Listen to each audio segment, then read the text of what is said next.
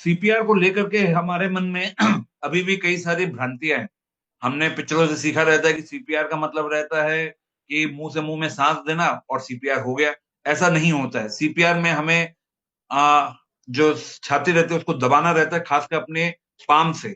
इसका मुख्य कारण है कि सीपीआर करने का उद्देश्य क्या है कि ये हार्ट का काम करता है। हम ये मान के चलते हैं कि हमारा हार्ट ठीक से काम नहीं कर रहा है, और ये इसके द्वारा जब हम छाती पर दबाव डालते हैं, कम से कम हम 2 इंच का अंदर जब दबाव डालते हैं, तो हृदय में जो ब्लड आया रहता है वो दिमाग तक पहुंचता रहता है, और दिमाग को हाइपोक्सिया होने से बचाता है। हमारे आसपास के लोगों को या तो सीपीआर आता नहीं है, या सीपीआर को लेकर के कई भ्रांतियां फैली रहती है। पहली चीज तो हमें समझना पड़ेगा कि एम्बुलेंस के पंख नहीं है।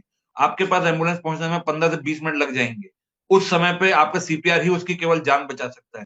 दूसरा जो दिक्कत रहती है कि लोगों को लगता है कि अगर हम सीपीआर करेंगे तो उनकी हड्डियां तो नहीं टूट रही हैं।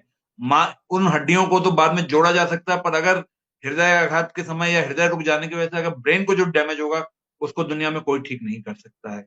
तीसरी चीज जो लोगों को नहीं पता है कि हम उतना अच्छा पैरामेडिक जैसा सीपीआर कर पाएंगे कि नहीं कर पाएंगे।